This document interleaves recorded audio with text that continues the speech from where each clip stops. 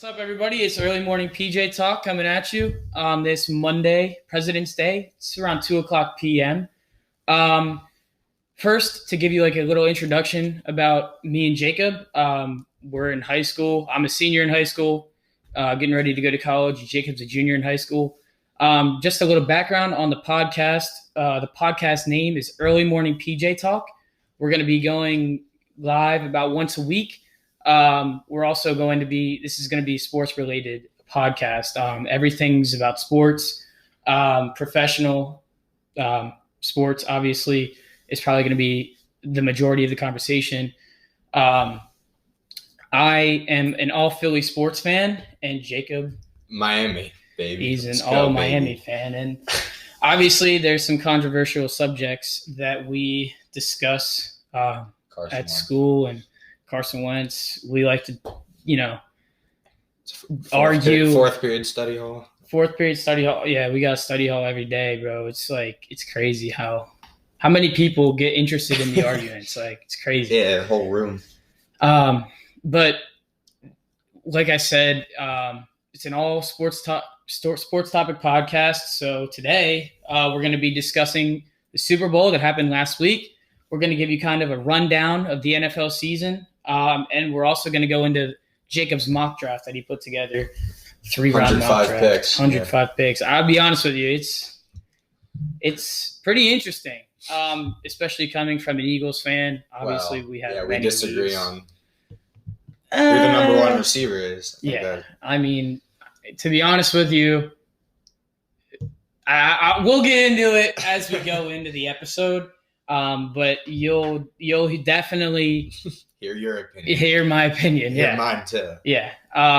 So first, like I said, the first topic of conversation is going to be the Super Bowl. So, Jacob, I want to hear your opinions on it first. Well, I mean, as sad as it is to admit, coming from a Miami sports fan, I think this Super Bowl has made me realize that Tom Brady may or may not be the greatest player of all time.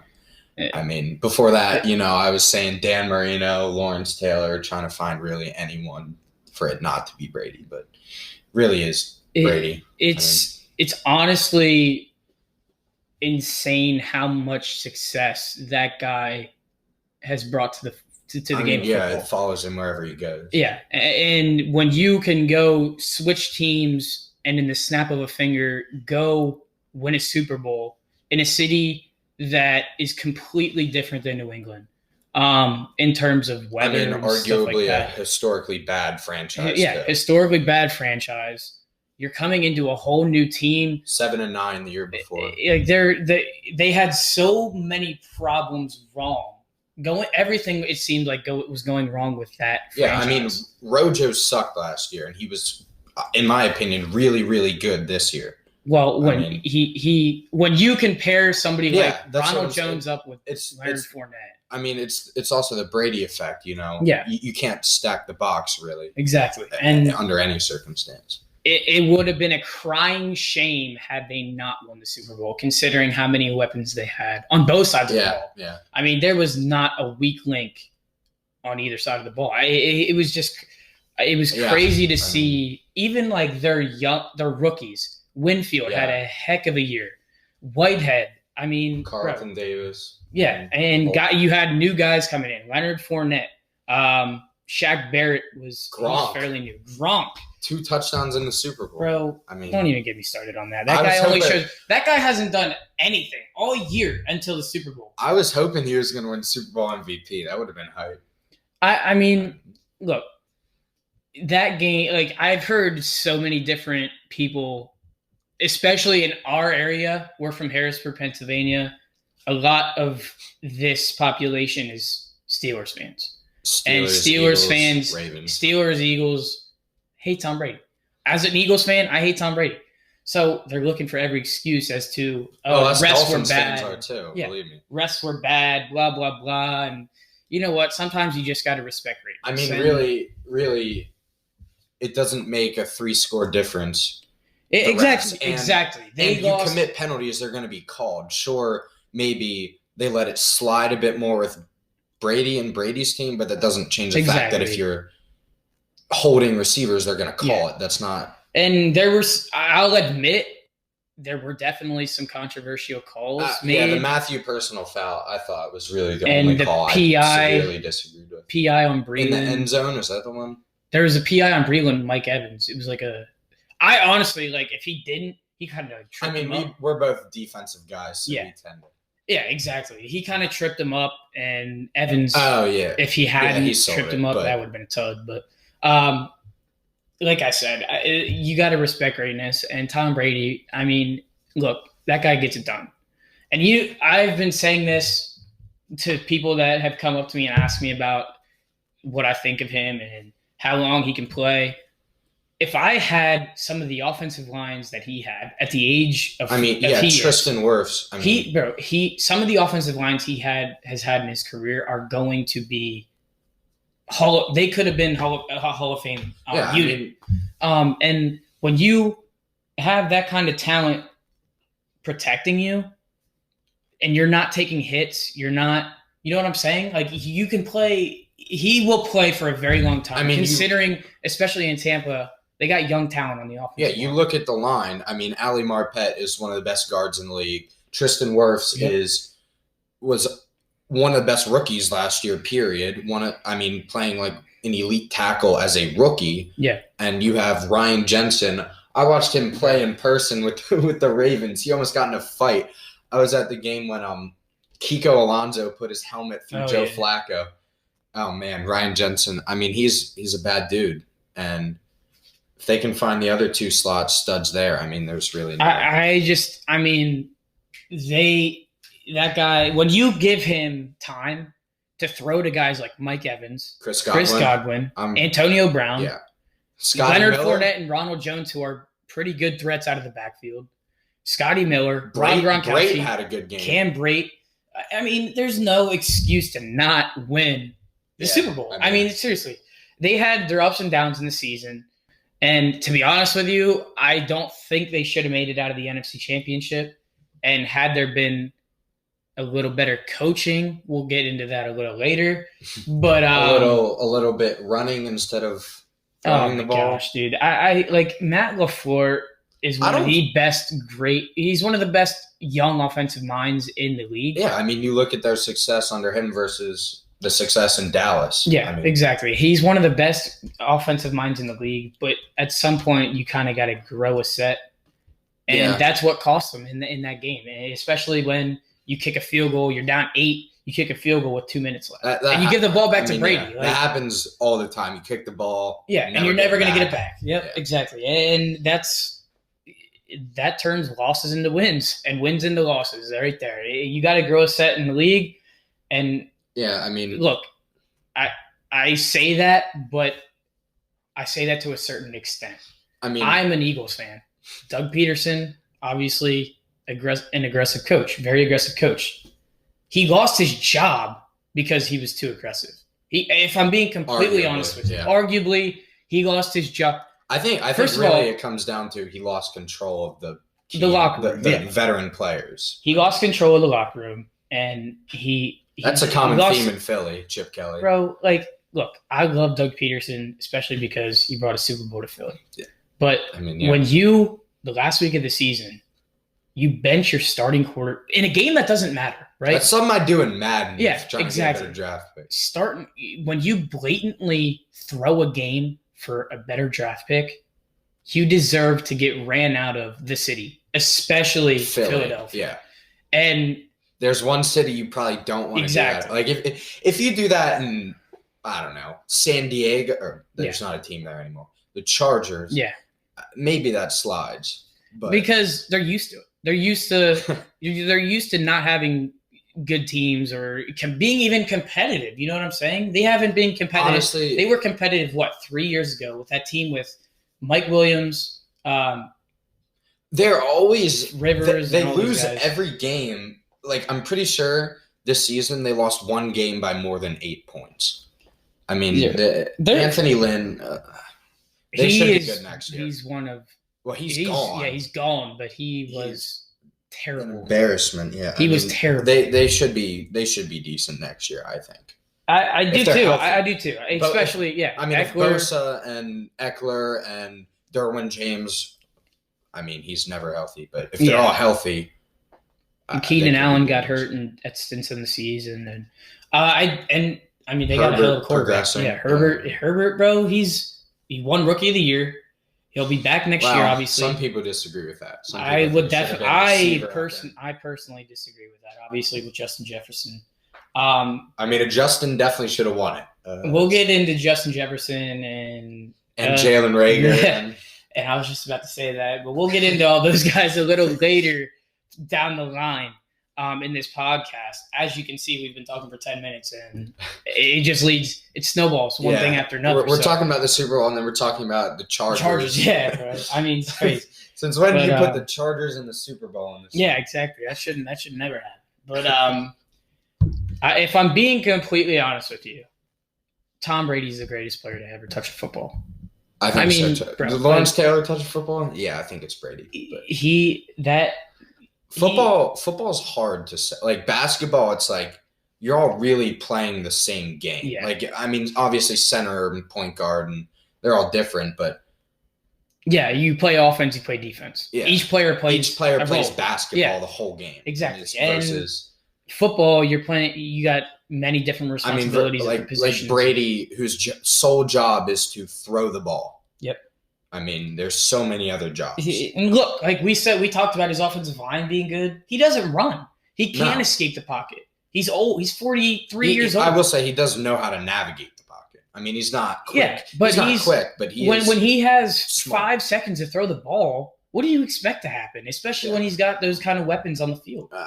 Bro, Antonio Brown was arguably the best receiver in the game 3 years ago, and I mean, he's probably the greatest receiver of the 2010s. Yeah. I mean, to pick him up mid-season, it was a little before mid-season. Well, once his suspension was done. Yeah. Well, to pick him up like that and to bring him into an offense that is that good was already that good. Yeah. I mean, geez, that's ridiculous. And I mean, someone like Scotty Miller would be a pretty high on the Eagles' depth chart, I think. I mean, look, I mean, we'll get into the Eagles a little. I'm just saying. It just goes to show the luxury of their weapons. Exactly. I mean, they have 4 solid receivers. And when you got a defense that's that good, you got Devin White, you got Shaq Barrett, you have the best JPP, the best middle linebacker pair in the league since the Niners duo, Bowman and Willis. And Levante David, bro. I'll be honest with you. I, as a linebacker myself, in my high school days that have ended about 4 or 5 months ago, watching Devin White play the game of football, fast. Oh my gosh, bro! That kid, he has the speed of a running back. That's really what linebacker is nowadays. It's getting it. It's all about speed. You put the player in the middle of the field that can get anywhere on the field fastest. But there is not many guys that can go sideline to sideline at the linebacker. And Tampa has 2 of them. Exactly. And to have that kind of luxury leading the defense, some other teams are stuck with what should be defensive ends at middle linebacker. Yeah. And I mean, look, I like I said, I love watching Devin White play football.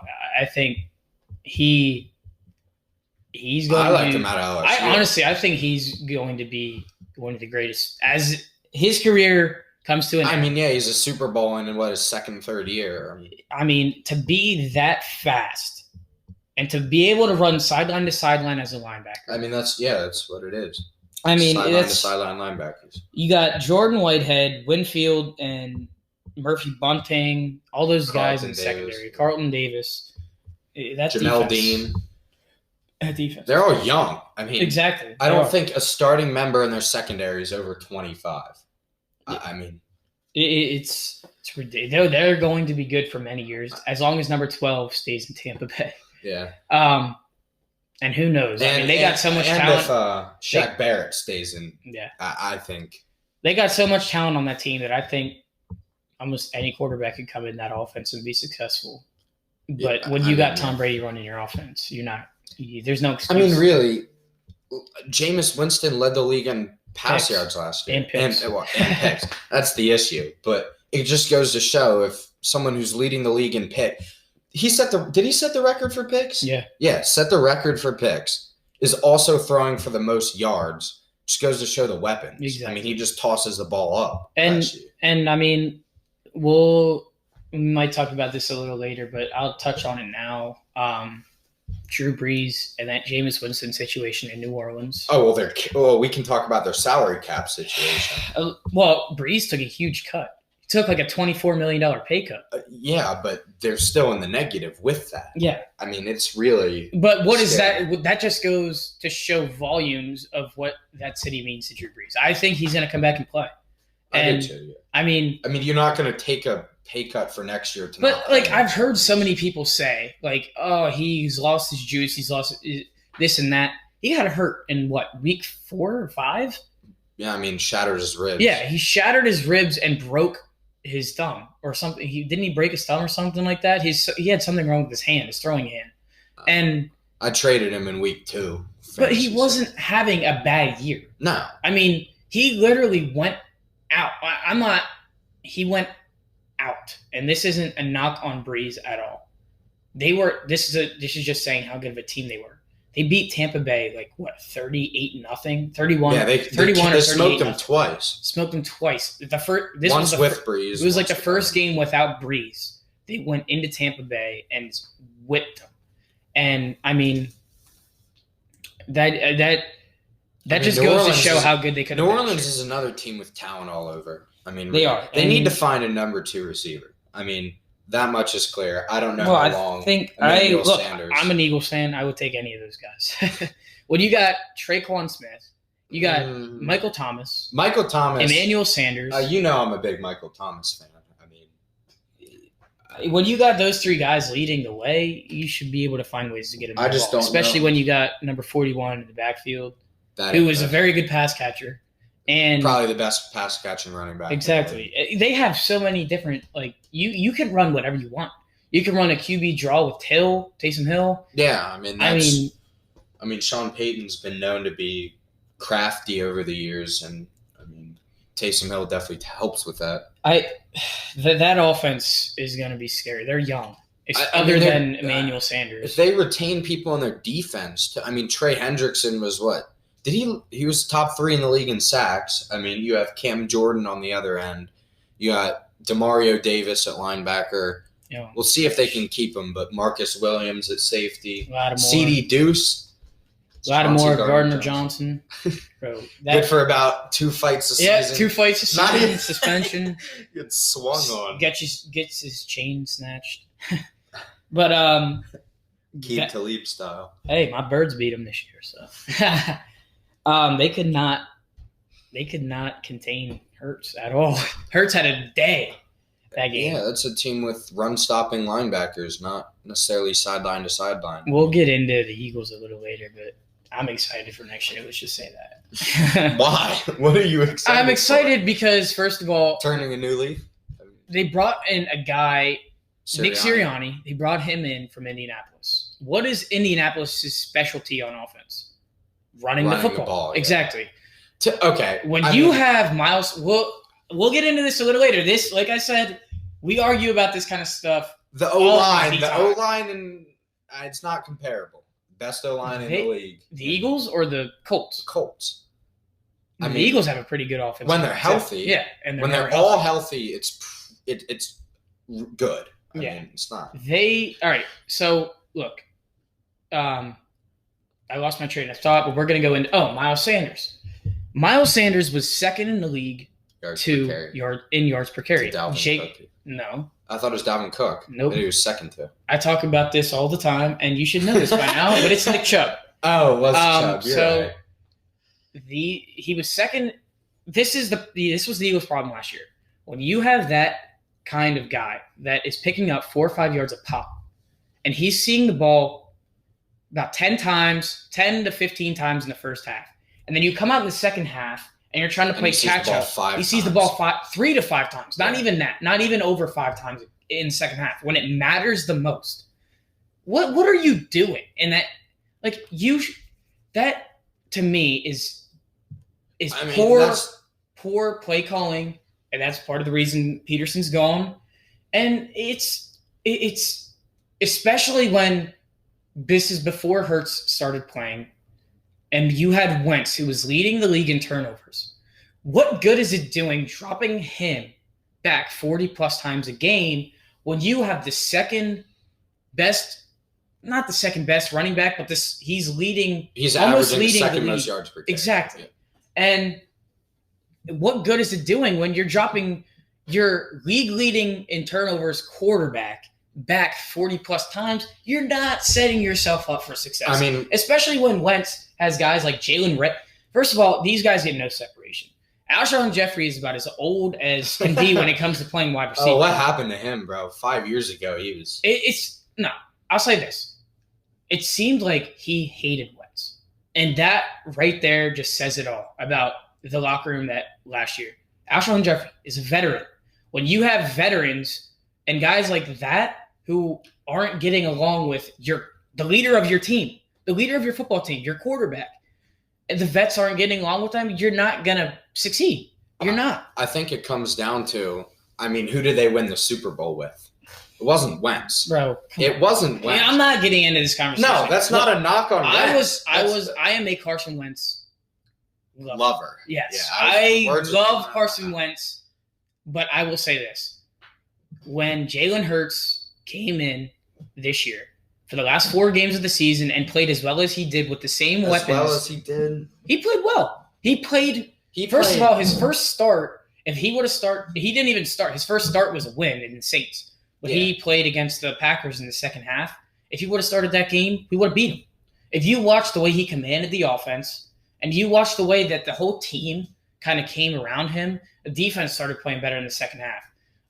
Special teams unit, they had a punt return. Not that that's a big positive for Jalen Hurts, but that just goes to show that the team rallied around him. And the same thing happened in the next game. When he got his first official start, they won. He went to Arizona. He hung, 26 on a pretty good defense in Arizona. They're not the best, but when you got Isaiah Simmons.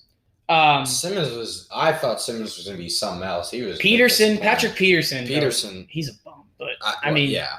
He's not a bum. He's a Hall of Fame cornerback. He's old.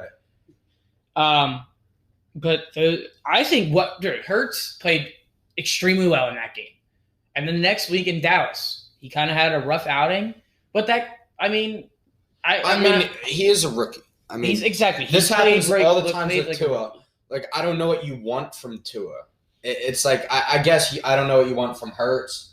Is he the future? He could be. I honestly believe he could be. Jalen Hurts is the future. Really? Bro, look. You should be, in the next 3 years, every team in the league is going to have a dual-threat quarterback. It's just the future of the league. And when you have the luxury of getting that guy now, why are you trying to find any way other than starting him? It's the future unless you have someone like Brady, Breeze. Pocket passers will never die out. It's just impossible. They will if they don't have a good offensive line. Look at Russell Wilson when he's in the pocket. Russell Wilson is a dual-threat quarterback. But the only way they are really successful as an offense is when he's scrambling or rolling out on the pocket in the play action. I'll voice my opinions on the whole Russell Wilson thing. He had last year the 5th most time to throw among any quarterback in the league, but he was sacked the 3rd most. Russell Wilson is an elite quarterback. It just goes to show he holds onto the ball too long, and that's a big problem with number 11 in Philly right now too. But we're literally looking at a towel that is hung up on my basement wall that has Carson Wentz's name and number on it. But you talked about the Super Bowl, right? You talked about Nick Foles leading us to the Super Bowl, yada yada. And I'm so tired of having this conversation, but of course you had to bring it up again. You wouldn't let me finish my statement. But I let me talk first, and then you go finish your. Actually, you finish your statement first, and then my statement is: this isn't a knock on Wentz, but I think when veteran guys see, Nick Foles having a great game, Super Bowl MVP, leading them to the Super Bowl victory, and then the next few years are disappointments. Nick Foles is gone. Carson Wentz is still here. I think you can cling on to a different quarterback. I think Carson Wentz is... It's not a knock on Wentz. But that year when they won the Super Bowl, Carson Wentz, before he got hurt, was the league MVP. I mean, he was the MVP arguably, of the league. Yeah. He had the whole world in the palm of his hand at that point in time when he tore his ACL. When he had that team 11-2 before he got hurt, and that, like I said, he essentially he locked up the 1 seed. It wasn't officially locked until like the next week when we won against Oakland or whatever. But he essentially locked up the 1 seed for us, which was huge. I don't think we get past, especially the Atlanta game. I don't think we get past them if we weren't at home. I really don't.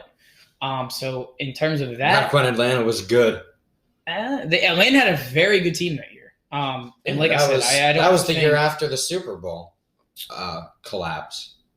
I don't think that we could have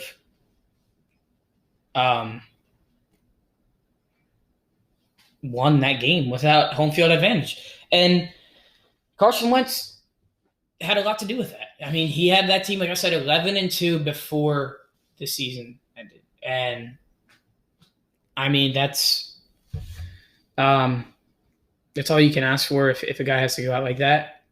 But it just goes to show how good of a player he once was. And he didn't even have... Yeah, I'm not debating that. It wasn't even that, like, he didn't have, like, the best weapons in the... He was throwing to, a 35-year-old Torrey Smith. He was throwing to Alshon Jefferson, who was in his prime. He was in his prime, but he was still old. He was a number 1 receiver. He had those two guys. He had Ertz, who was... in his prime. Yes, he still is. But we'll talk 382 yards, I think. That. He had those 3 guys, and he had a very good offensive line in which we could actually run. I mean, back when Peters was at tackle. Who was it? Was that Wisniewski at the other guard? Wisniewski, Lane Johnson, Peters got hurt, and Vitae had to come in. Yeah. And then Kelsey and 3 on the right. Sayamo. Was Sayamo starting there? I think he was. Wouldn't it have been Johnson, Brooks, Kelsey? Brooks. But Brooks stayed healthy. Yeah. But they could Ajayi, they had him. From they Miami? had Corey Clement. Did you have LeGarrette Blount? Yep, Blount, who played a huge role in the Super Bowl, especially. I miss that dude. But that offense was every single week. Like, I haven't had this feeling since then. Every time you put them on the TV, it was must-see TV. Yeah, especially on the offensive side of the ball. Especially, I mean, that Super Bowl was a really good Super Bowl, regardless of who we were cheering for. I mean, it was a very good Super Bowl. Philly. I wish the defense would have played a little better, because when you hang 41 on a New England defense, there's no reason to lose that game. That's the thing. But they hung in. The defense hung in there. They got obviously the BG strip sack was a huge play in that. You're a big BG fan. I am. Yes, I am. Pro Bowl. He is a Pro Bowler. But I really do think that he was a huge reason. Obviously, he had the strip sack, but that whole year he was a huge reason as to why was a huge reason as to why that defense played so well. I mean, he had a heck of a year that year. Malcolm Jenkins, McLeod played really well in that game. McLeod played well last year before he got hurt. He played really well this year. Oh, yeah. You mean this past season? Yeah. But obviously those guys, they had Derek Barnett, Cox. Their linebacking core was Nigel Bradham. Oh, Bradham and Kendricks. Michael Kendricks. They had a good team that year. Patrick Robinson was at corner. Oh, yeah. Jalen Mills. And then Jenkins and McLeod deep. And then they had... Who was your other linebacker? Or you had another good one. Kendricks, Bradham, and... Who's on the left? Did Nate Gary? That wasn't his year. No. But if you haven't heard about Anchor yet, it's the easiest way to make a podcast. Let me explain. It's free and there's no charge. There's creation tools that allow you to record and edit your podcast right from your phone or your computer. Anchor will distribute your podcast for you so it can be heard on Spotify, Apple Podcasts, and many more music apps. You can make money from your podcast with no minimum listenership. It's everything you'll ever need to make a podcast all in one place. Download the free Anchor app or go to anchor.fm to get started on your podcast today. We were talking about a little bit about the Eagles Super Bowl team, the Eagles Super Bowl defense. Let's talk about the 72 Dolphins. All right. I mean, I don't know much about that. But I really don't either, but Bob Greasy, that's about.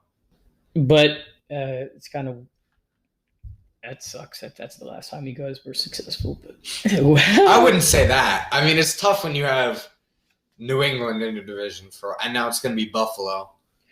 But Buffalo, Buffalo, I think, really could pass. I mean, Allen's great, but talent's kind of getting old there. Aside from and Diggs, I think Buffalo is going to be good for a couple years. I'm not completely sold. I think their defense, who is arguably the best defense in the league, is getting older. They didn't play like the best defense in the league last year. I'll tell you that much. Yeah, I think they did. Other than really, the best defenses in the league are L.A., Pittsburgh, us. I mean, those were the top three. If you look at any Rams, metric. you're talking about? Yeah, the Rams. The Rams defense is so dirty, bro. I mean, they have two. Well, Ramsey isn't the best corner. We'll get into that, but Donald's the best player in football. Well. I think TJ Watt would have a little bit to say about that. But Watt's not better than him. He's not better. Yeah, exactly. He's not better than him. Xavier Howard should have been defensive player. In terms of defensive player of the year, I think Howard should have won it. Watt in second, Donald. I mean, I just don't understand how you have the most interceptions in the league since 2009. You have a better season statistically than last year's defensive player of the year in every single metric, and you get 4 votes for Defensive Player of the Year. Besides playing for the Miami Dolphins. Well, that's a huge problem. When you're playing for a team that didn't even make the playoffs. 10-6. I mean, it's not like he played for whose team went furthest? I guess exactly Aaron Donald. Exactly. But it's a regular season award. But it doesn't. When it just looks better when you're playing for a more successful team. It does. I mean, we beat the Rams. I mean, if you want to look at it that way. When TJ Watt loses to Browns by freaking 20 in the first round of the playoffs as without the 1 Stefanski. seed. Were they the 1? They were the 2 seed. No. 3? Were they 3? 2. 2 or 3. 2 or 3. Did Buffalo pass 2 seed? Yeah. Because Buffalo played Indianapolis. Indianapolis was the last seed. But 10-6 is by no means. I mean, especially with 7 teams, if the AFC wasn't so stacked. I mean, we had a better record than 2 or 3 of the teams that made the playoffs in the NFC. Yeah. But I mean, it's sad that it's like that because it basically rigs the system. Because it's not fair. 10 interceptions. 10. I mean. Look, led the league in. I agree with you. I think Xavier Howard should have. I'm at least happy they put him in first team All Pro. I wasn't even expecting them to do that. I love Aaron Donald, so I'm not a Pitt guy. I am, but I don't think he should have won. I don't either. DPOY. I mean, obviously, it's like the LeBron basketball thing. Aaron Donald probably has the most impact every year among everyone on defense. LeBron probably has the most impact in the NBA for any metric, and they don't give it to LeBron. We'll talk about the NBA a little later, but there's a guy that wears the number 21 and plays for the Philadelphia 76ers that would have a lot to say about the MVP award this year. I think number 13 in my bro. Come on, that's. Look, Bam is having a good year. I have him on my fantasy basketball team. He is fantasy basketball. Bro, I mean, I play with a couple of my friends, but nobody like. Yeah, it's not like fantasy football. Yeah, fantasy football. You still need to pay for fantasy football, don't you? Yeah, I have not paid for that, but we'll talk about that. We ain't talking about that today. But I definitely think Xavier Howard should have been considered a little more than what he was. I don't know. I just don't understand how you lead the league in interceptions, pass deflections, allow the lowest completion percentage among qualifying cornerbacks, and allow the lowest passer rating, and you get 4 votes, and a lot of people say Jair Alexander's better. Like what are you basing that on? It's just Marlon Humphrey's better. Okay, there's a lot more than interceptions when it comes to cornerback. That's why I just listed the 4 metrics. I mean, what other metric do you want? Like tackles? I don't think Xavier Howard is – I think he had a better year than like Jalen Ramsey, but Jalen Ramsey's a better player. I'm reluctant to say that only because 2019 he tore his ACL. This year he leads the league in picks. 2018 he led the league in picks. So the 2 last full seasons he played, he's led the league in picks. Obviously, he wasn't as locked down in 2018 as he is now. Okay, why do you think he's being targeted more, or why do you think he has more interceptions than Jalen Ramsey? I mean, he is being targeted exactly, more. And but also if you look at it, he's allowing a lower completion percentage. It's all proportional. Like if you get targeted 300 times and let up 5 completions, I mean, bro, you can hear my dog upstairs walking around.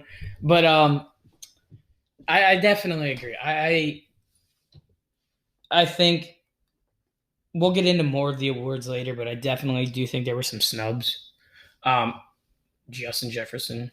I don't mind Herbert winning it. I just think it should have been Jefferson. There's no doubt it should have been Jefferson. When you lead, what was he? The second he led the Vikings franchise for rookies. I mean, beat Moss's record. He beat Moss's record. He leads that franchise in rookie yards. I mean, he's one of the best route runners in the league already. We talked about this a little bit last night. But Justin Jefferson and Jalen Reagor. As an Eagles fan, I definitely would have been more content with Justin Jefferson. A little bit.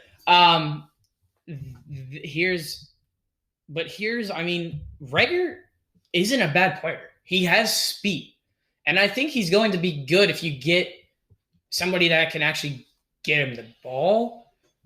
When this year, it seemed like Reagor was almost the featured guy in Philadelphia. He was really the only. Bro, come on. He was really the only. Lynn Bowden was the feature guy in Miami for a few weeks when Devontae Parker was hurt. Ertz and Goddard got hurt. So they were really not even in the picture for a majority of the season. Goddard was probably the featured guy when he was in the lineup, but he was in and out of the lineup. I think Reagor, who had gotten hurt at a stint in the season, but played I think he did play more games than any other receiver, other than like Greg Ward, maybe. But I think he's definitely the featured. He won't be next year if your draft goes the way it should. Exactly. I agree with that, and that will even open up more opportunities. I think Reagor profiles fine as a wide receiver too. I mean, if you get someone like Jamar Chase, Reagor, and then really just find a slot guy from that. They need a big target. They do. I mean, Alshon Jeffrey isn't cutting it. I want him to be cut. Yeah, guess who that is? That is Jamar Chase, right there, 6'1". He is aggressive. He's not 6'1" is like any receiver in the league, bro. Yeah, but it's not Devontae Smith. They're two totally Devontae Smith is insane. I mean, yeah, but I would be ecstatic. Who else did Mac Jones throw the ball to? Bro. Mechie? He had Najee Harris. Yeah, that's Najee Harris is going to take a trip down to South Beach for the rest of his career. No, he's going to be in Pittsburgh. I really do think he's going to be in Pittsburgh. I'm not a big fan of taking a running back round 1. So. Not round 1, but he's round. I don't think he falls to the Steelers in round 2. He's late round 1 talent. Talent-wise, I mean, if you're looking at pure talent from the position, he's the best running back in a few years, maybe since, I don't know, McCaffrey, Saquon, but it's a running back. And Saquon was a first rounder, wasn't he? Second overall pick. Yeah, second overall. Yeah. I mean, When you got a guy that good. But look at I'm how not the Giants saying are doing. Harris isn't that good. I mean, No, he's not on that level, compared to Saquon Barkley. He could be. I mean, he's a rare type. Power back that can catch the ball. Who else does that? But I love Najee Harris. He's a great college player. James Conner, who was in Pittsburgh now, was a great college player. Not on the level of Najee. But but he went to a school that wasn't as successful as Alabama. Pitt was under the radar when Conner was there. I mean, and he was still putting up really good numbers. Greatness. I mean, it's not like but if James Conner went to Alabama, he would have gotten more publicity. Breece Hall and Iowa State, people notice him. Obviously, Iowa State was good this year, but they weren't Alabama. And I don't. Pittsburgh has drafted a running back in the last 3 drafts. They got Connor, Snell. I mean, Anthony McFarland, is he? I don't know. Yeah, McFarland he played for them this year, like a little bit, but I don't know when what they drafted him. But I mean, bro, I think if the Eagles had James Conner, I wouldn't be upset with that. You know what I'm saying? I mean, he's a solid player. Yeah, that's the thing though. If you said the words to me, who is the most average running back in the league? James Conner would pop up in my head. So would Miles Sanders. Bro, come on. Running back is so replaceable. If you don't have an elite, if you don't have Saquon, Nick Chubb. Is Raheem Mostert elite? No. Exactly. And I think Miles Sanders is better than Raheem Mostert. That is a bold take, but true. When they're on the field, Mostert's better, but Mostert is not on the field. I think Miles Sanders is better. Mostert isn't elite, but he is the fastest running back in the league. Bro, they don't throw the ball there. If Miles Sanders played it's a Shanahan system. It's about the scheme. If it is there, not everywhere. It is in San Fran. Correct. Okay. It is in San Fran. It is in New England. It is. I mean, it is in Indianapolis. There's certain. If you put Miles Sanders Cleveland in a 49ers uniform, he would be more successful than Raheem Mostert. And that's just the truth. I don't know. Sanders is stronger, I think. Yes. He is. He is not faster by a wide margin. Not that Sanders is slow, but Mostert is fast. I think Sanders is a top. Oh, my gosh. I said this last year about Wentz, and I regretted it. Don't say 10. I was going to say 10. He is. No, bro, he is. Do you want me to? Bro, okay. Chubb, Cook, Henry. Well, there's 2 in Cleveland. I'm not saying he's better than Kareem Hunt. No, he is not. Yes, he is. Kareem Hunt, the last time he was the number 1 running back, led the league in rushing yards. Okay. Bro, if you he put up the same numbers as not the same. Bro, everybody has a good year in Kansas City. Edwards-Helaire, who's a rookie, had a really good year in Kansas City. Did he? Yes. He got hurt for a little bit, but other than that, he played really well. I'll talk about that in the mock draft. Why I don't have any running backs going around. Why do you think that? It's because of Edwards-Helaire. I mean, really, James Robinson, undrafted. What was he? Undrafted, I believe. For Jacksonville. Yeah. I mean, he was better than Edwards-Helaire by almost every metric. I mean, well, I definitely think that Antonio Gibson was better. I mean, better than who? Edwards-Helaire. Pretty sizably. It seems like they got Le'Veon Bell. Yeah. As soon as they got Le'Veon Bell, Edwards-Hilaire's production kind of. Yeah, that's why running back is so replaceable. Like, if you don't have, depends on the scheme. If you don't have an elite, it depends on the personnel and the scheme. Why do you think Kansas City is a good rushing team?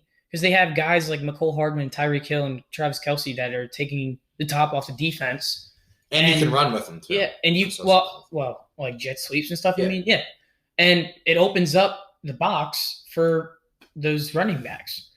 It's the same thing in who were we just talking about? Cleveland. Well, Cleveland's that's all scheme in Cleveland. I wasn't thinking about Cleveland. I forget who I was thinking about. But I mean, we can get into San Fran. Yeah, Jimmy G has gotten bashed because Jimmy G isn't bad. He throws the ball 10 times a game. He throws the ball 10 times. He's not going to push the pace, but he doesn't lose you the game, which is fine. He throws the ball. If you're throwing the ball 10 times in a game, that means your running back is getting a lot of production. That's why I'm saying Miles Sanders could go to the 49ers and be just as successful, if not more, than Raheem Mostert. I mean, his efficiency would also go down. I think I would have to really think about this and put a list together.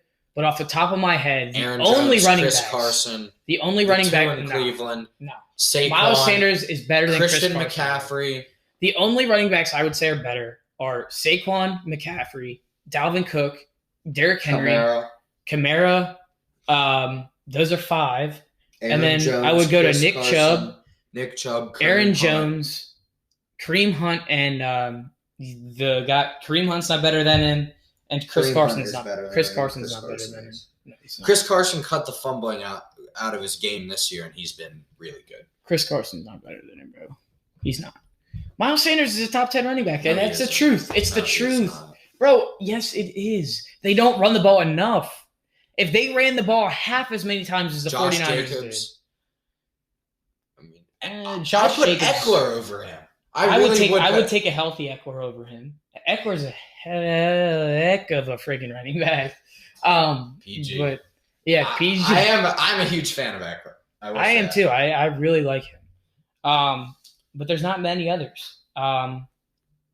There may have been in like 2 years ago, and some of these guys like Le'Veon Bell. Well, they've gotten replaced by guys like Kamara.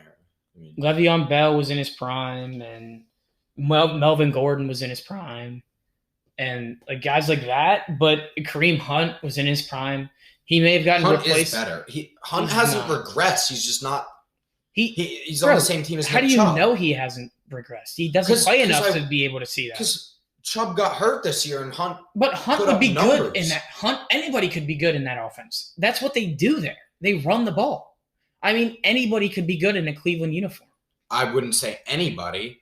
Nick Chubb and Kareem Hunt don't hurt to have, but when you got to... D'Ernest Johnson didn't do much whenever he came in for Hunt. Their offensive line is really good, yeah.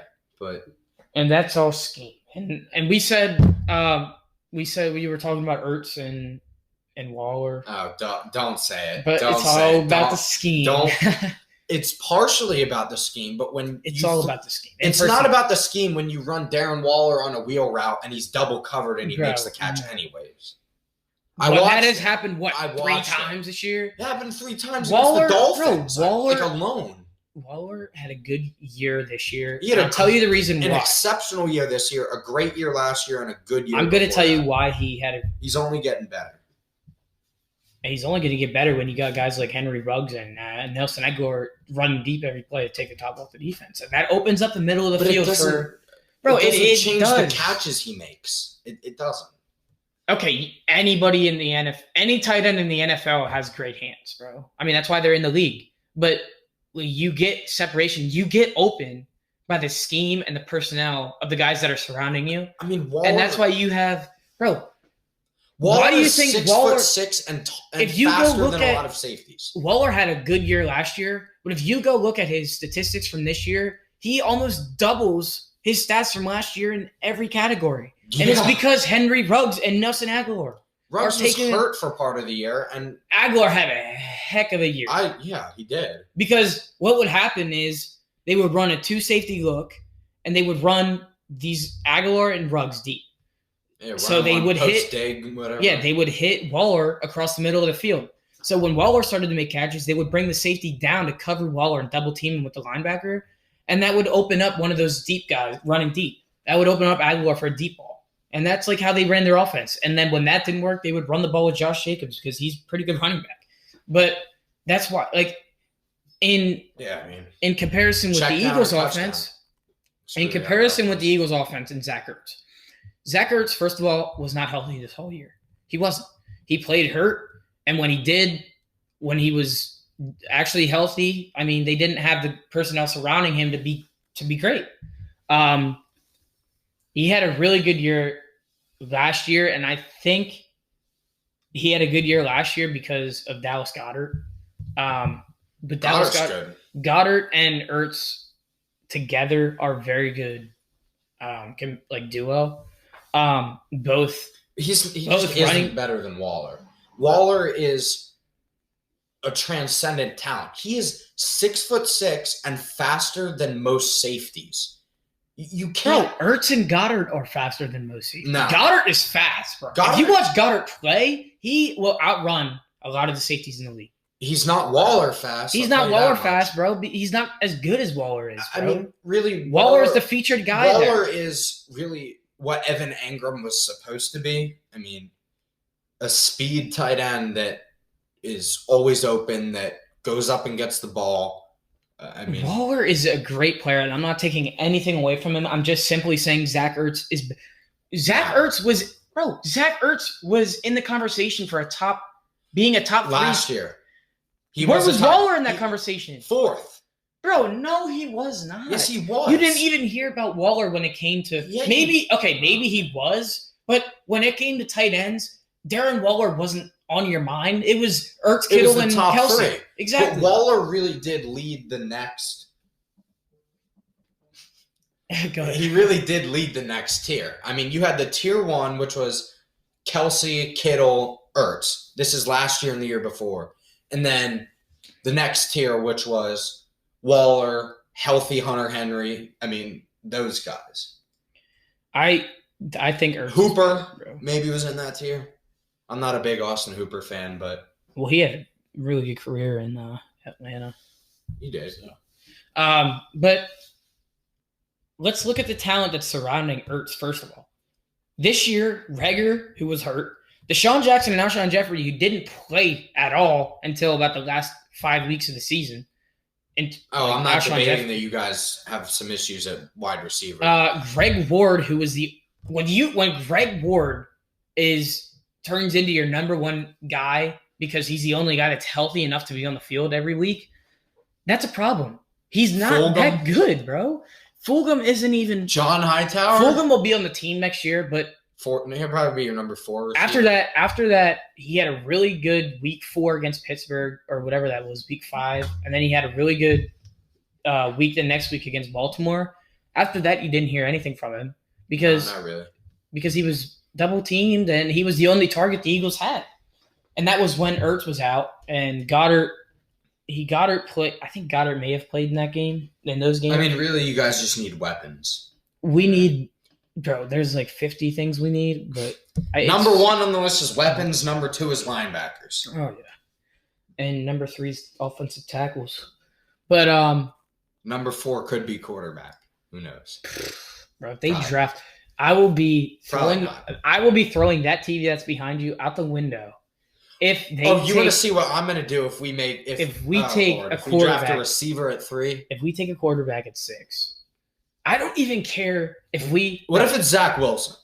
No, bro. Zach Wilson's a little boy compared to NFL quarterbacks, bro. He is. What if Trevor Lawrence falls to 6? Okay. Just for the heck of it. It would never happen. I know. 5 GMs. Five GMs would be fired, including Chris Greer from Miami. I don't even think. I'll be honest with you. I have no idea what's going to happen with that number 1 pick. It better be Lawrence. Bro, okay. Who has the number 1 pick? The Jags. And who's their coach now? Urban Meyer. And where did he coach? Who never coached Justin Fields in college. He recruited him. George went to Fields went to Georgia. Yeah. And then he transferred. But who was the coach when he transferred? Martell out of a job. Yeah, it was Urban Meyer. Exactly. But if you think Urban Meyer is so homerish to draft Justin Fields. Why do you think Urban Meyer took that job in the first place? It's because he has the best quarterback prospect since Andrew Luck. Because he has the number 1 pick. Yeah. So help me God, if it isn't Trevor Lawrence. It's not, bro. Okay, I'm trying to be realistic here, bro. I would not be surprised if Justin Fields is the number 1 pick. I would. That is absurd to me. I wouldn't be. I wouldn't be, especially. I would have been That's a conspiracy. I definitely would have been surprised if it wasn't Lawrence with any other head coach other than Urban Meyer. Urban Meyer could not give a flying F about making Ohio State better or whatever people think it is. It's not about Ohio State, bro. It's about what he thinks is the best for the team. And Which he recruited you should Fields. hear Urban Meyer talk about Trevor Lawrence. He didn't recruit Trevor Lawrence. Because Trevor Lawrence was starting as a freshman at Clemson. That's not No, Urban Meyer was the head coach at Ohio State, and there was no, I don't know. I mean, I don't know this, but I don't think there was any talks about Trevor Lawrence going to Ohio State, which means he wasn't go to recruiting. Ohio State. He was Why would he go to starting as Clemson, a quarterback bro? at Clemson. Okay, who was Trevor Lawrence? If he played as well as he did in his freshman year at Clemson, which there's no saying he would have because we just got done talking about about scheme and personnel. But if he would have went to Ohio State, whoever was there at the time, Cardell Jones, I think, or JT Barrett. Tate Martell. He wouldn't have been. Tate Well, Martell Tate didn't. He never started for Ohio Well, State. Fields kicked Martell out of a job. No, it I'm would have saying been Haskins. if Trevor Lawrence as a freshman would have went to Ohio State, Yeah, it would have been Haskins who went to the draft. Jesus Christ, Trevor Lawrence is better than Dwayne Haskins. Well, I know. I'm just saying. He should have started. He would have started at Ohio State. Yeah, no question. And what I'm saying is, my point is, there was no talk about Trevor Lawrence coming to Ohio State. Okay. Urban Meyer never thought about Trevor Lawrence. It was all about when you have Fields who went to Georgia, but then came back to Ohio State. He came to Ohio State. That probably means that Urban Meyer was in talks with Fields before he committed to Georgia originally. I wouldn't say that. Well, I would say know that for a fact. I mean, the best player in the transfer portal puts his name out, and your quarterback just declared for the draft. I mean, who else are you looking to? I definitely think it's a possibility that Fields gets taken over. It would be there's a better possibility that I think Trey Lance gets taken over Fields. Well, yeah, but yes, I agree with that. If Fields isn't the number one pick. If Fields slips past number one, then he's not going one. I shouldn't even say slips. That's not even considered as slips.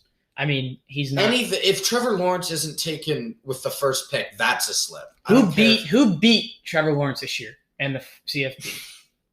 Who beat him?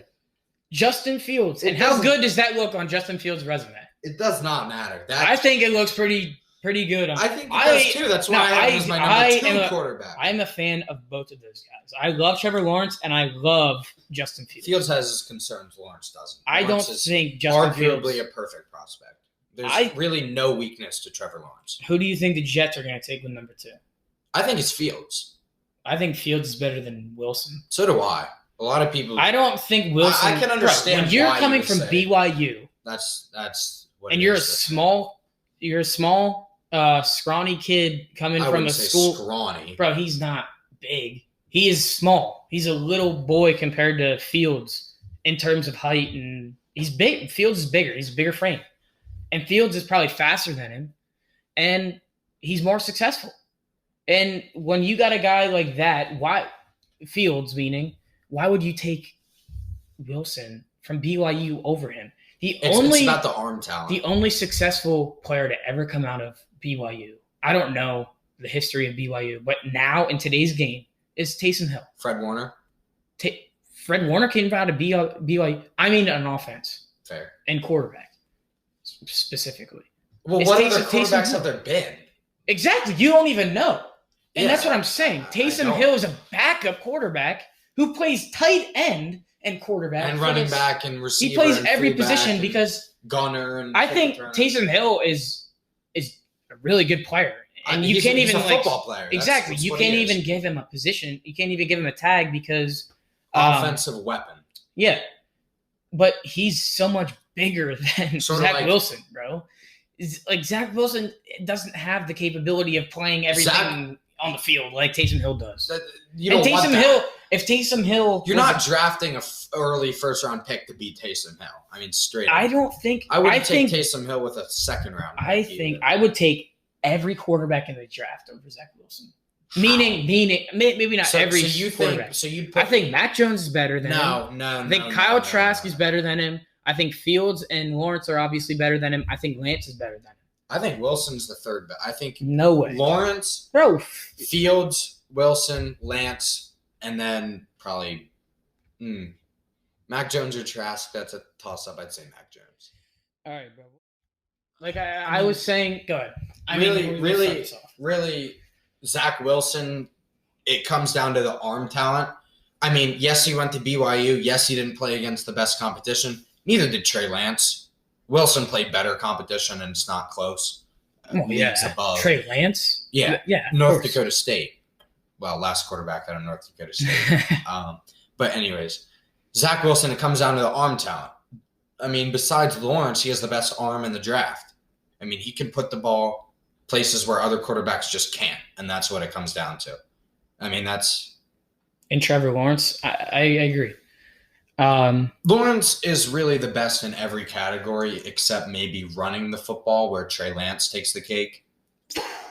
Over Fields? Yeah. Trey Lance is a Wilson? monster. Wilson can run, bro. Trey Lance is a monster. I mean, I'll be honest with you, I have not watched much film on Trey Lance. I have not seen many highlights of him. Maybe that's because he comes from North Dakota State. But Lamar Jackson-esque, as in like he's going to struggle early with his accuracy. He has a pretty good arm, runner first. I mean, it's really the breakdown on.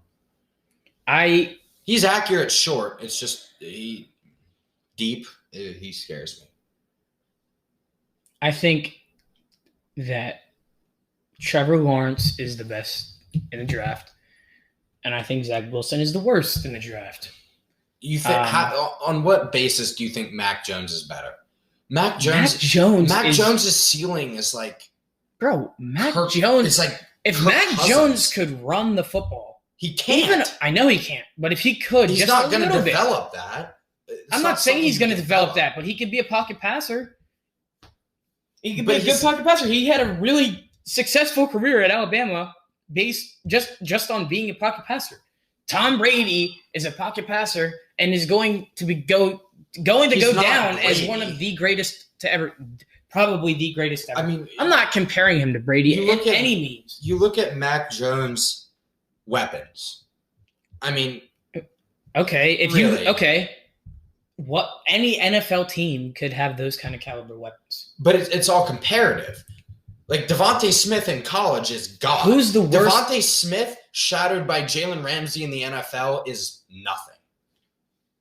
Okay, that's a little bit of a harsh comparison. You're comparing a rookie, not even a rookie yet. The draft hasn't even occurred. Yeah, so you're comparing him to the best. I mean, really, Mac Jones' weapons in college is like equivalent to having, really, with Waddle and Smith, it's like having DeAndre Hopkins and Devontae Adams on the same team. I mean, no, it is not, bro. Two of the top three receivers in college football. Yes, it is. In college, bro. So if you have two of the best three in the pros, it's everybody that's in the NFL right now that's a receiver is coming from a college that they were once the best receiver on that team. Always. Not Justin Jefferson. Okay, Justin Jefferson probably could have been had he seen the same amount of targets as Jamar Chase last year. Bro, look at the Jaguars, who are the worst team in the league.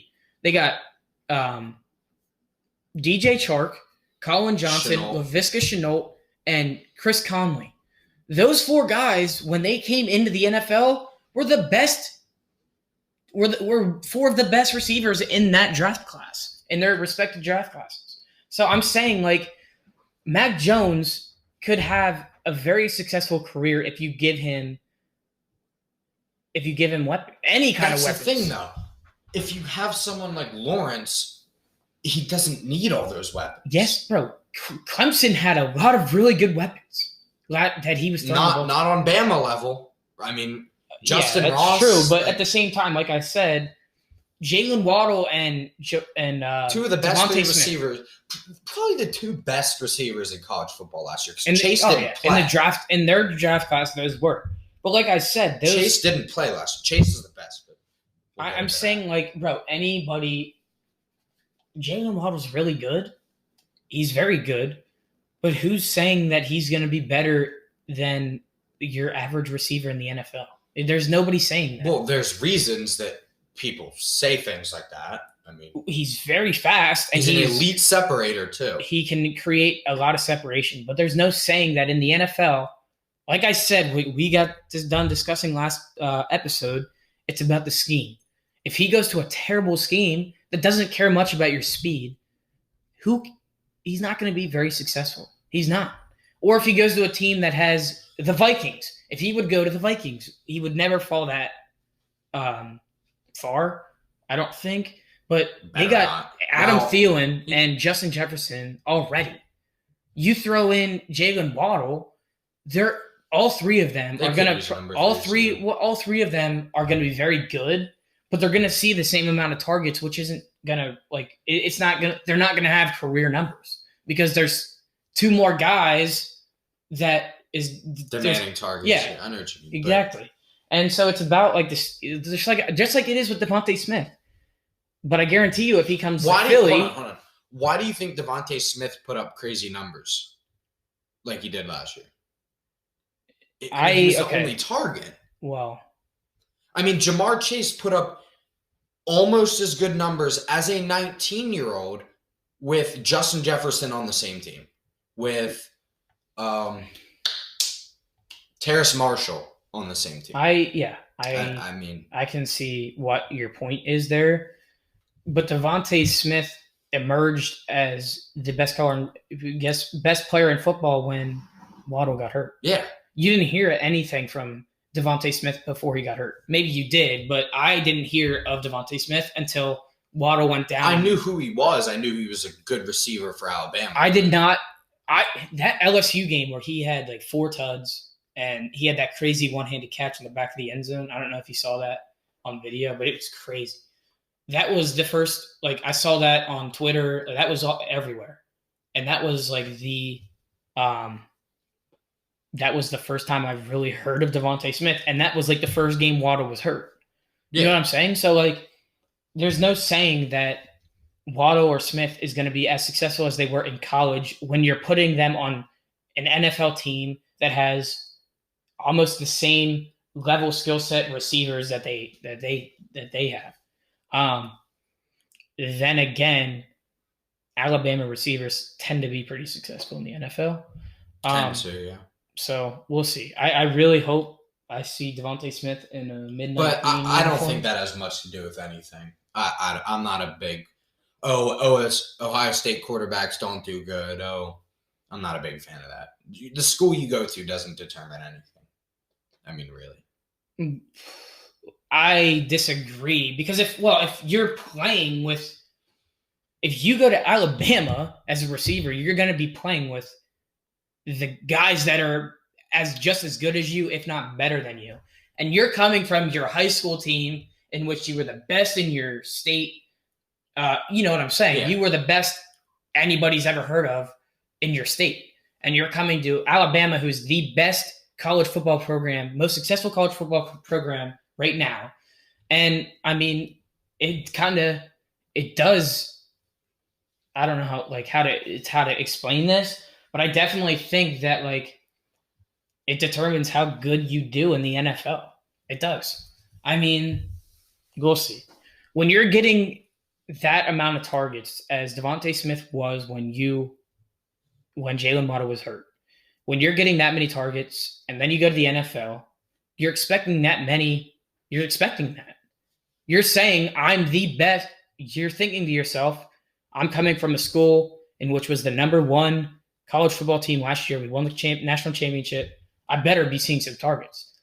And like I said, if he goes to, we were talking about Waddle earlier, but if he goes to the Vikings, Devontae Smith does, he's not going to be satisfied because he's not going to be getting those targets when you got guys like Thielen and Jefferson surrounding him. I mean, but a team like that also wouldn't spend a first-round pick on a wide receiver. That's true. They know what they need. Anybody, bro. I don't care what the needs are. I do as a realistic fan. At some point, you got to get the best player available. Exactly. If I'm a Vikings fan and Devontae Smith is on the board at my pick, unrealistic as that is, I am taking him. I don't care. He is the best prospect in this draft. No. Arguably. No. He's not even the best receiver. Yes, he is. No, he's not. Jamar. Jamar Chase. It's about. We just got done saying about how it was the scheme. Devontae Smith. If you put him in an LSU uniform, who knows what happens, bro?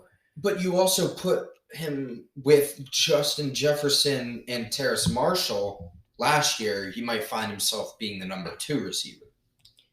In terms of scheme, I think Devontae Smith is going to be better than Jamar Chase. I don't. And I shouldn't even say in terms of scheme because it's going to depend on the scheme that he goes Jamar Chase, really what he does is going to translate. What Smith does is, he's fast. Is his main thing. Jamar Chase's main thing is attacking the football, attacking the cornerback, really, boxing him out, getting up, getting the football. But Jamar, bro, how can you take a chance on a guy that opted out last year, didn't even play? Heck of players opted out. I know that, Micah Parsons. Devontae Smith is coming off a career year in which he literally is the best player to ever come out of Alabama. He arguably the best player in this century, especially, to ever come out of Alabama, ever. And you cannot pass on that kind of talent for a guy that opted out last year. Yes, and look, I would be, as an Eagles fan, if either of them are on the board, I'm fine with either of them. If both of them are on the board, I'm fine with either of them. But I would much rather have Devontae Smith. I would. I severely disagree. At least we both have Waddle 3, I think. I did. Waddle as the third best receiver in the class? Yeah. Well, yeah. I would too. Some people have Waddle as 1. Really there is a tier before he got hurt. I don't think that the injury hasn't affected my opinion of him. It's just I think it did on many people. Before he got hurt, he was the best in college football. Jamar. He was better than Devontae Smith. Yeah. Jamar Chase has been the number 1 receiver in this class in my eyes for 2 years now. I think as soon as the scouting for this started. Let's get into your mock draft a little bit, shall we? Yeah, how long was the thing up for? How much longer? We still got 15. All right. But all right. You know what? Let me just go in there. But I don't know. Like I said, I would be ecstatic with either of those guys. So all right. So your first round consists of. Bro, go to the spreadsheet I emailed you. Oh yeah, that'll be easier. But hold on a second. Did you email that to my school account? I emailed it to both. All right, but there we go. So you have easy. What should be the lock of the century for a number 1 pick? Don't overthink it. I'm not trying to overthink it, but why do you think Urban Meyer took that job? Because they have so much salary cap. No. Number 1 pick. Okay, they have the number 1 pick in salary cap. 2 first-round picks, number 1 pick. I'm saying I would not be surprised. Young players on defense to work with. I would not be surprised if Justin Fields. I know I'm not alone on this either. I know I've seen some mock drafts that have Fields going first. I do. And I think it's nonsense. I do too, but at the same time, I wouldn't be surprised. I would be appalled. Okay, so you have all right, let's get into this because this is kind of controversial. Zach Wilson going 4 to the Falcons. To the Falcons, yeah. Well, here, go down the picks. Don't skip. We can just not talk about them. But Penei Sewell at 3 to the Dolphins. Please. You just wanted me to say that. As a Fins fan, please. All right. Anybody? I see. Obviously, that's understandable. I thought my most controversial pick was at 5. That's what I thought. Well, yeah. Well, we'll talk about that then. But Zach Wilson at 4, I think that could be a little controversial, man. Well, I do. I really do. Just like I said, I think Zach Wilson is the worst of them all. Here's what I think. I could be completely wrong about this, but like I said, I gave the example of Taysom Hill. The only reason Taysom Hill is as successful in the NFL is because he plays 5 positions. If he played It doesn't have to do with him going to BYU. I mean, the school doesn't determine. It means they don't play any competition. He's not seeing any NFL still caliber D1. competition. It's D1, but they're not playing guys like LSU. They're not playing an SEC schedule. They're not playing an ACC schedule. And they're not playing a Power ACC 5 schedule isn't. If you aren't coming from a Power 5 team. I disagree with what you're about to say. Bro, if you're not it's about the tape. You look at Wilson. There's throws he makes, regardless of if there's coverage or not, that other quarterbacks cannot make. Simply put, cannot. There's no corner. What are they playing in that conference? They're not in a conference, I don't think. Whatever they kind of schedule they play, he's not seeing any NFL talent at cornerback. They play Cincinnati or Coastal Carolina. Who's the last guy that came out of Coastal Carolina that's in the NFL? A D-back, I mean. Nobody. There's no D-backs in the NFL that have come from Coastal Carolina. Bro, he's not seeing the talent that he's going to see in the NFL, and that worries me. I agree. That's why I have Fields over him, but at some point you got to look at the arm talent. I mean, that only goes so far. And really what I think with Wilson... Who has the strongest arm in the NFL right now? Josh Allen or Mahomes? Mahomes. And Mahomes came from a Power 5 school. He did. And both of Allen didn't. And Allen has a cannon. Okay, Allen didn't. Allen You're didn't right, play but anyone in college. His stats sucked. Allen's in much college. bigger than. Allen's stats sucked in college. Allen is much bigger than. Allen put up crappy stats at Wyoming, and look at him now. Wilson put up better stats at a better school. Oof, I don't know about that. BYU's ranked. I mean, Wyoming's, I think, bad. School. I don't know. Bad. I'm not getting into the schools anymore, but I think Zach Wilson. I think Matt Jones, Kyle Trask. I don't even think. Well, I mean, Trask got exposed in the bowl game without. I think Lance is better than him, and Lance doesn't even come from a freaking FCS school. I don't. Lance whatever scares that is. Me. He really does. But. All right, so then we get into the number 5 pick, Kyle Pitts. I think Penei Sewell's off the board. The next best tackle is Darisaw or Rashawn Slater. I mean, I think it's Slater, but I like them both. But I think the value for the number 5 pick, I don't think the value for a tackle is there.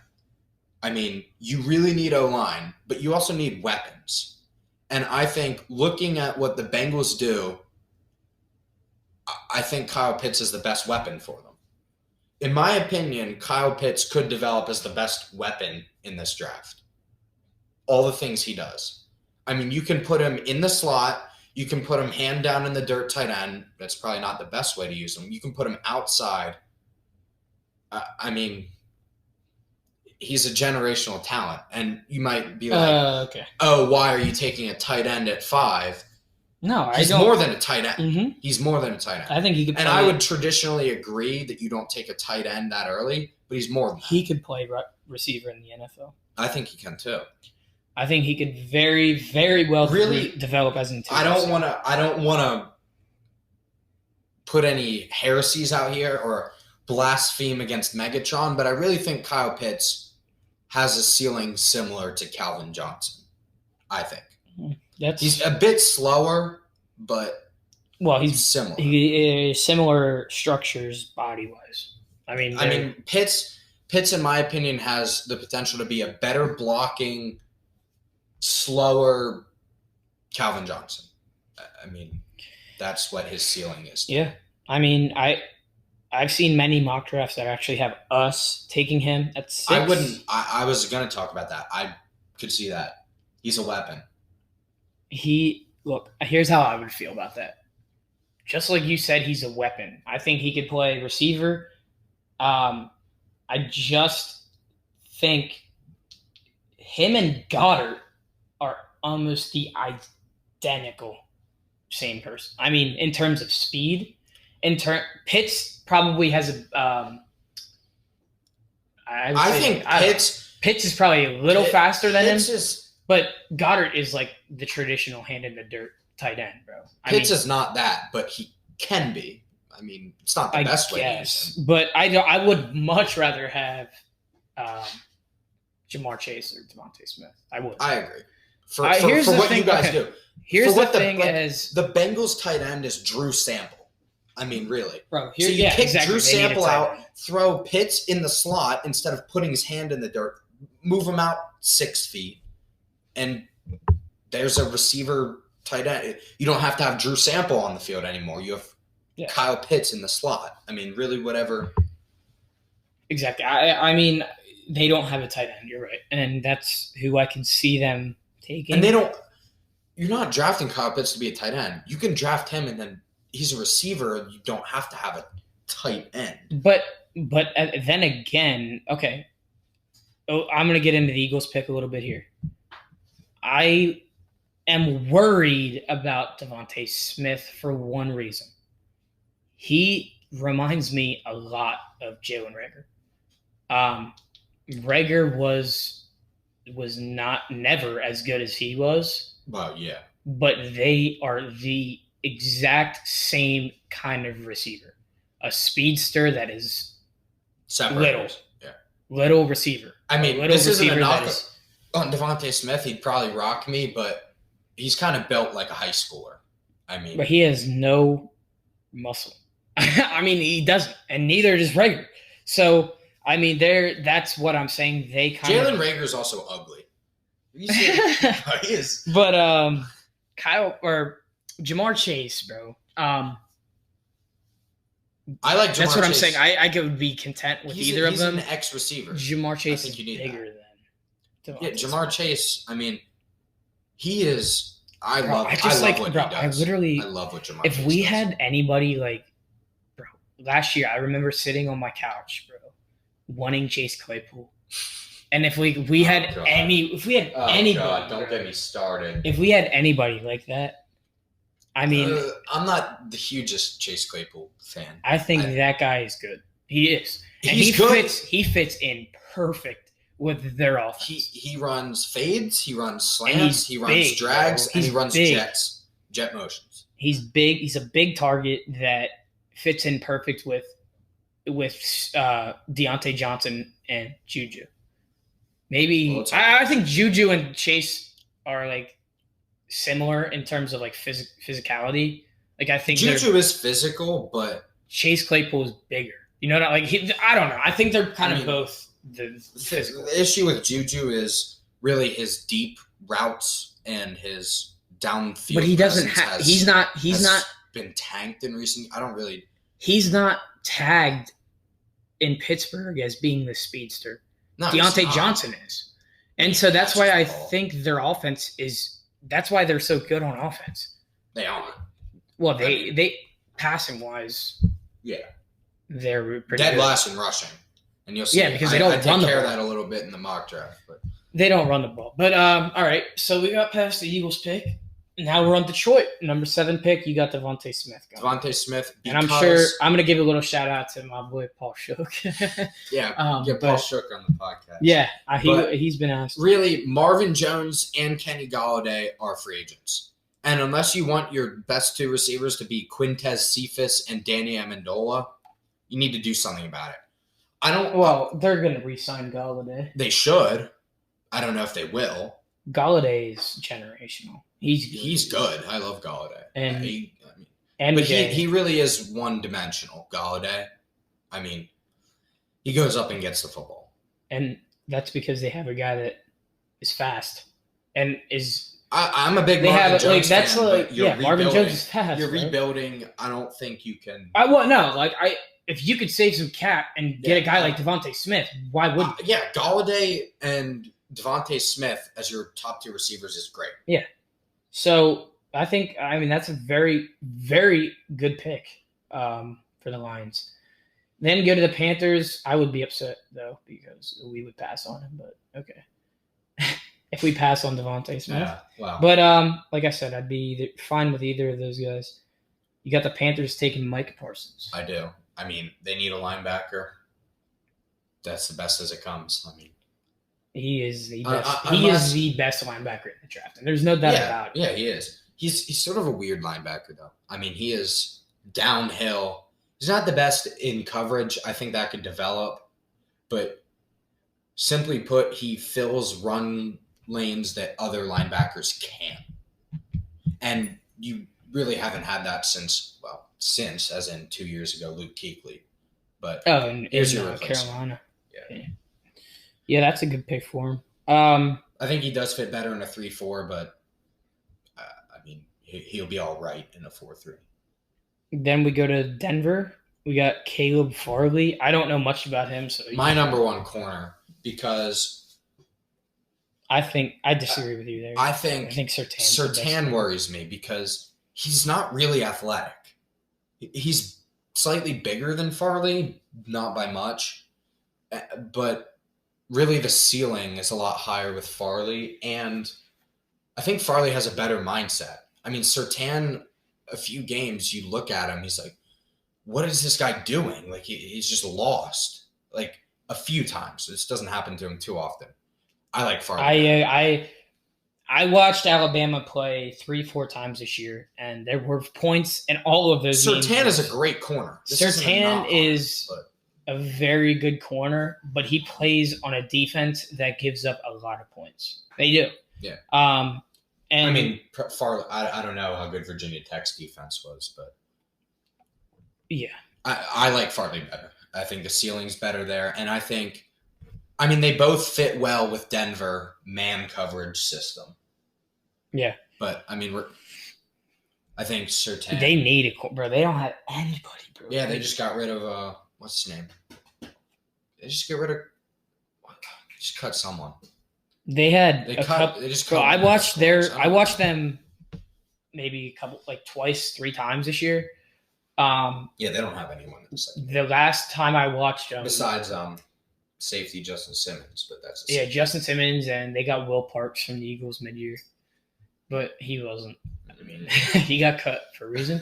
But then they had bro, what was that guy's name? Is Bradley Roby still there? Is he with I don't know, Houston? bro. Who was that corner on the other side, bro? It was the Buffalo game, and they had another guy that used to play for the Eagles, and he is so bad. Like, I just remember watching him in an Eagles uniform, and I watched him in that game. He was just getting torched. But then we talked about, this sucked for us.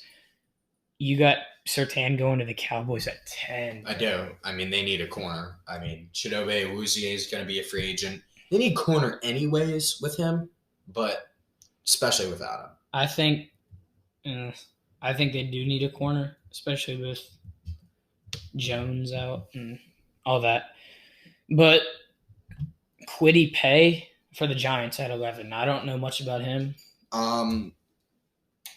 Debate between him and Russo for the best edge rusher. Even as a Miami homer, I do think it's Kwity Paye. Paye is just more athletic. I do know about the guy from Miami. Rousseau has a better frame.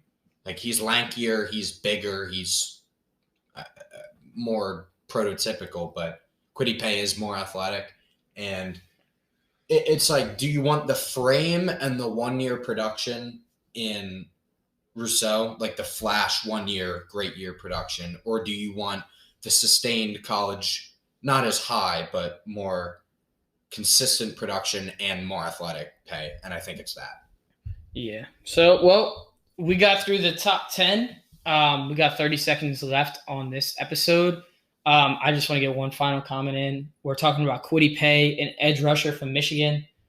I'm a Pitt fan. I'm really biased towards my Pitt guys. Or you say I Weaver, think Pat Rashad Jones. Weaver and Patrick Jones. They're in there. They're in the top 3 Those rounds. are the 2 best edge rushers in this draft. Other than maybe that guy from Miami, but no. I think I have them both going in the 3rd round. all right, well, we'll get to that next week. Thanks for listening.